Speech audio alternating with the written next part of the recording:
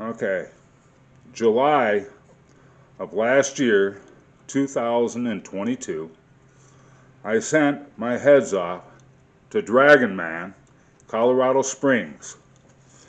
And he fucked up. He used beads when he blasted my fucking heads. And if you can see this,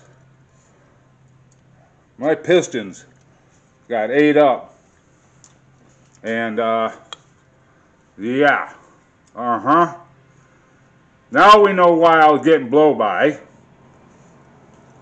I ended up pulling the damn heads and the cylinders and cleaned everything up and seen all this shit, and I'm like, all right, yeah,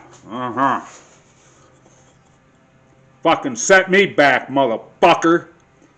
Everything that you fucking got paid for has to be redone, plus. Thank you very much, Dragon Man. You fucked me over.